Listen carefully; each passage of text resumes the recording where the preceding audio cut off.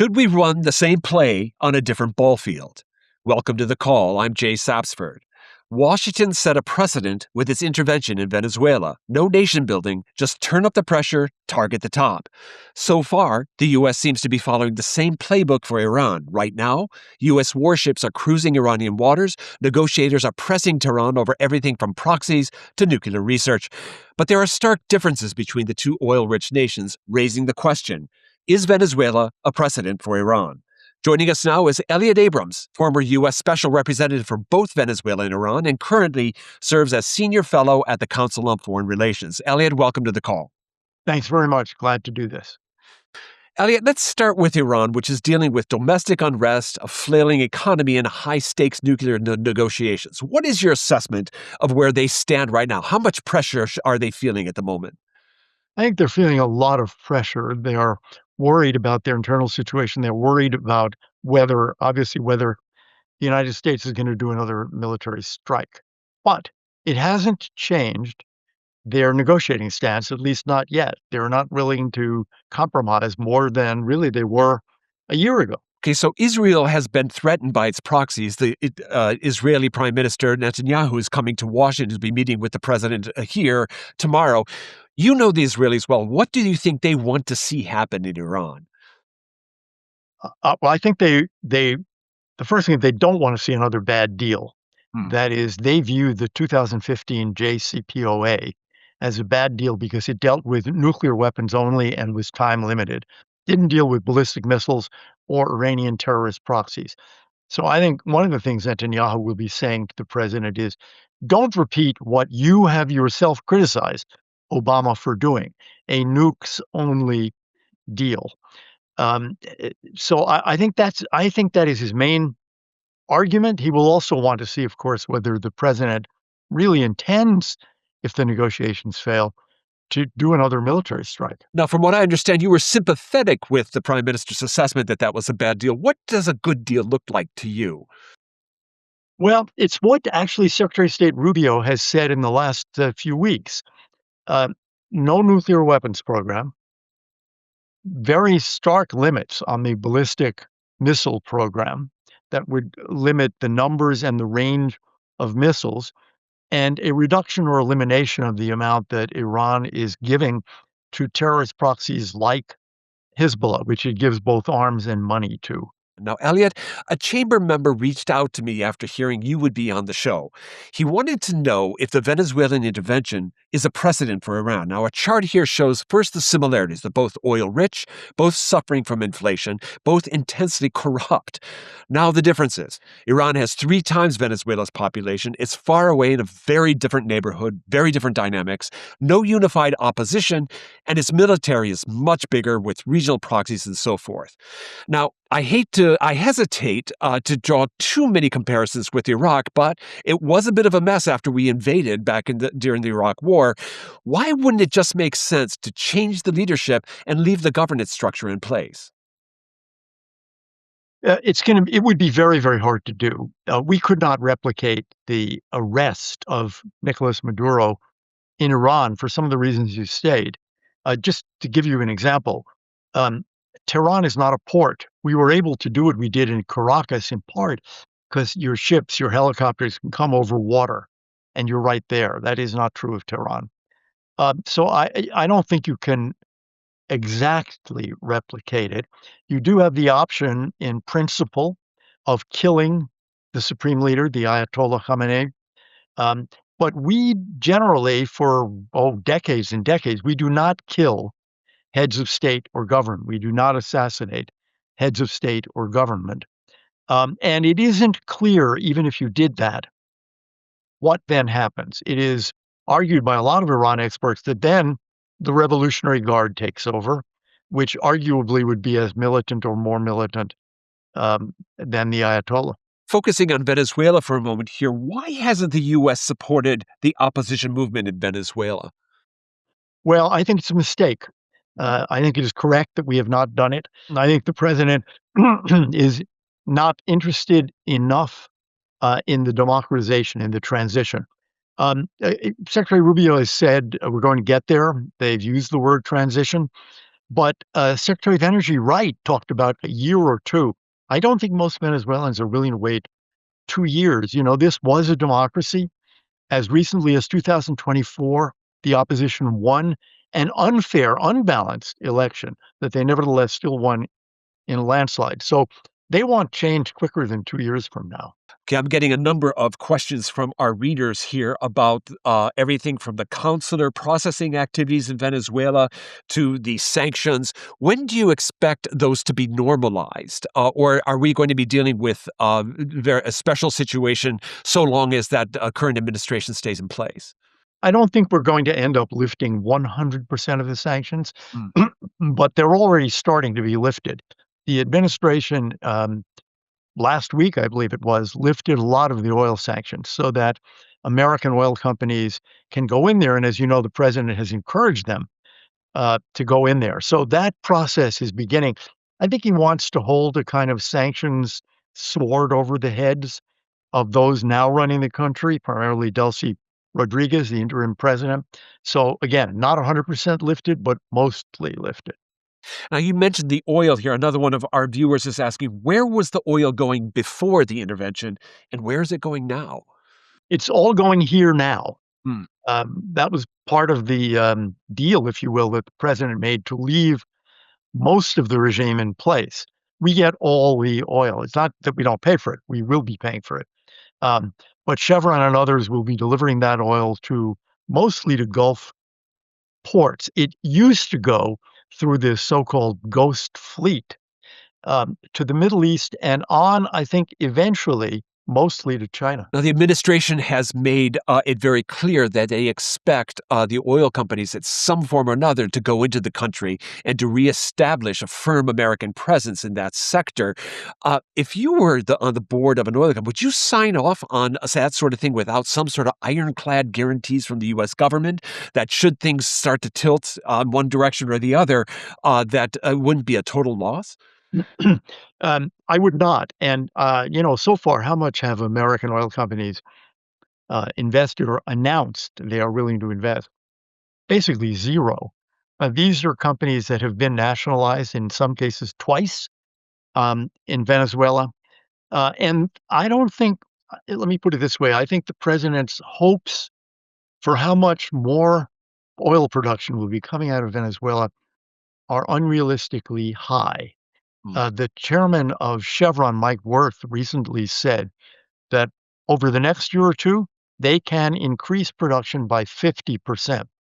Well, they're doing 250,000 barrels a day. So he's saying we can get to 375 in a year or two. Hmm. Well, that's not a lot. And Chevron is best placed because they're in there now. If Venezuela's oil production goes from, let's say, the current maybe 900,000 barrels a day to 1,400,000, 1,500,000 in 2 years, the world oil market's 105 million barrels a day, roughly. An increase of 500,000 barrels a day in Venezuela, not going to move prices. Well, if you look at the broader economy of Venezuela, how can one expect an economic revival when the corruption is at such a high level and the people responsible for that corruption are still in power? Well, I think that's a very good question. Hmm. Um, two things will increase the amount of income coming in. One, there will be an increase in oil production, even if it's only 500,000 barrels a day. But two, for the full production, let's say of 1,000,000 barrels to 1.5 million, they will now get full market price. They've been selling at a discount. They've had to because of the U.S. sanctions. So there will be more money flowing in, and it is possible that more Venezuelans who have left the country will start returning, but that will require at least the beginnings of a transition to democracy, in my view. None of that is going to happen if it's just the regime minus Nicolas Maduro as if he'd had a heart attack or something. Now, the United States has not thrown its weight behind the opposition movement or that democracy movement. How do you interpret that? Well, I think part of it is just being prudent in the sense that you can't overturn all of this in one day. Um, who will run the police? Hmm. Who will keep law and order? Um, but I think the administration's making a mistake in not pushing harder on the commencement of a process of transition. For example, demanding that a negotiation begin right now Mm. between the opposition and the regime. The president did meet in the Oval Office with the head of the opposition, Maria Corina Machado, and I know he's spoken to her since that Oval Office meeting. So my hope is that he will demand that a negotiating process start pretty soon. Okay, now Venezuela was known for inflation and frankly hyperinflation in recent years, but in Iran, it's relatively new. We've seen now, double-digit inflation levels in some of the key commodities that people rely on for day-to-day life. How big of a factor was that in part of the unrest we've seen in Iran? I think it was a very big factor, and it is striking that this round of protests did not begin, as some in the past have, with university students. It began with merchants. It began in the Grand Bazaar in Tehran. Hmm. And that is a reflection, I think, of the impossibility of having normal economic life, making a decent living with this kind of inflation and under these sanctions. Now, the Revolutionary Guard seems to be a key difference because this is a power structure that not only is in place through the normal means, but it's also ideologically driven, infused with anti-liberal ideology, and deeply embedded into the governance structure. I wonder, how do you negotiate when the negotiating partner, the person on the other side of the table, is so ideologically predisposed to be against us? Well, it's going to be very difficult in this. This is the regime that has been saying since 1979, "Death to America." Yeah. Now, some people in the regime obviously are a little bit smarter than that. For example, they know they're in trouble, and therefore they have stopped trying to enforce mandatory hijab for women because they know how unpopular that is, and they know how unpopular the regime is. So one has to hope that at least some of the people would be negotiating with have a sense of the vulnerability of the regime. In the demands that we've seen in the newspaper from Iran, Mm. it's not visible. And, one of the things that may doom this negotiation is if the supreme leader thinks after the June 2025 strikes by the US and Israel, and after these protests, I cannot compromise on anything. I cannot afford to look weak.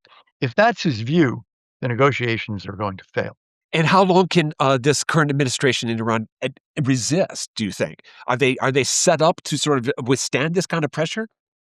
Yeah, they are, I'm afraid, because as we saw in the recent protests, they're willing to kill Mm. thousands of their own citizens, unarmed protesters, to stay in power.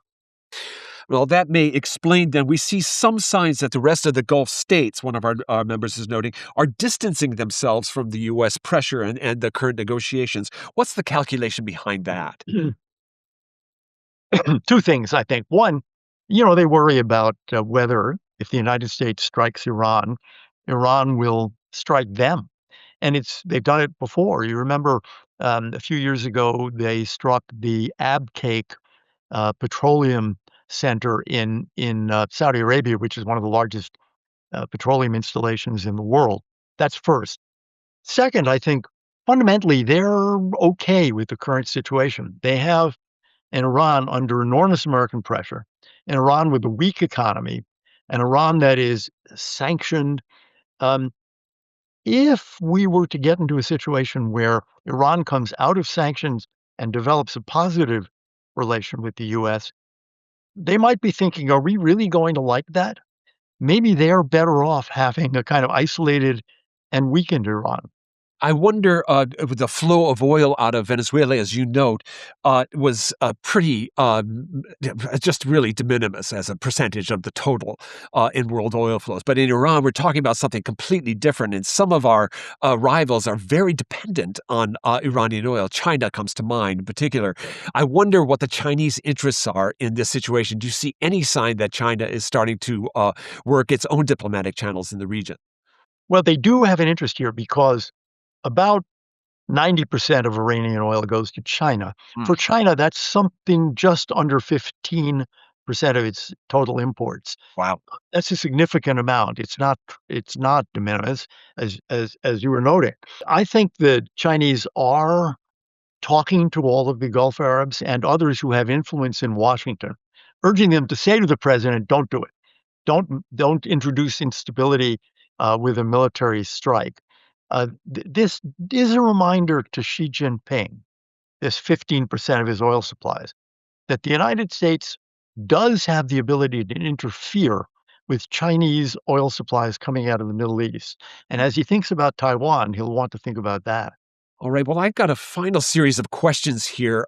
When you started your career in public service, the U.S. was dependent on foreign oil producers. We were net importers. Today, we're the largest producer of both crude and natural gas. How has that changed the stance of the United States foreign policy? Not as much as you might think. I think it's taking a long time to kind of work its way through the foreign service, the military. We're so used to thinking of the world as a place where we need to guarantee our oil supplies because it was that way for 100 years, and especially after the Second World War. And as I think about the way we're postured, for example, where do we have bases? We have lots of bases in the Middle East. Right. We needed them there for oil. As you think about the president's actions in Venezuela, oil producer, and potentially in Iran, oil producer, it seems to me that we really haven't moved as much as we will eventually into thinking of ourselves as a producer, not an importer. Well, of the early signs of that, though, doesn't the fact that we're less vulnerable on the energy front mean that we are free to be, more transactional and less invested in the sort of global rules-based order? Well, I think that is true. And if you think about Iran, for example, saying, well, if you attack us, that'll be the end of oil exports. This is not 1973. And an interruption in Arab oil exports isn't going to lead to long, gas lines in the United States. So that's a change. Well, it's ironic that that opens up the window for China to try to present itself as, the defender of the rules-based order. I guess that says a couple of things about China. One, it's very vulnerable on Iranian oil supplies, as you note, but it's also ironic in that this is one of the most oppressive regimes around. Wonder what your thoughts are on that. Well, it's true. And I think the Chinese support for the rules-based order extends only as far as China's narrow national interests extend. And everyone in the region near China, from India to Vietnam to the Philippines, is aware of and has experienced Chinese violations of the rules. For example, the way they go into Philippine waters. So they're aware of it and they're afraid of it, and they know that the Chinese claim to be defending the rules isn't real. Well, we deeply appreciate you joining us today. I wish we could go on for much longer. You're shedding light on an extremely important story. Elliott Abrams, Senior Fellow for Middle Eastern Studies at the Council on Foreign Relations, after a distinguished career in national security. We thank you both for your service and for your time today. Thank you. All right, our audience has had their shot of informational espresso and is ready to tackle the rest of the day. Next week, we'll have a discussion with former Defense Secretary Mark Esper on the opportunities in the great global rearmament. Missed a live episode? You can catch the replay on our website, LinkedIn, or on YouTube. You can also listen to the call's podcast edition on Apple, Spotify, or wherever you get your pods. Thank you to you, our members, for joining us. This has been The Call, brought to you by the Global Intelligence Desk, asking the right questions to navigate uncertain times.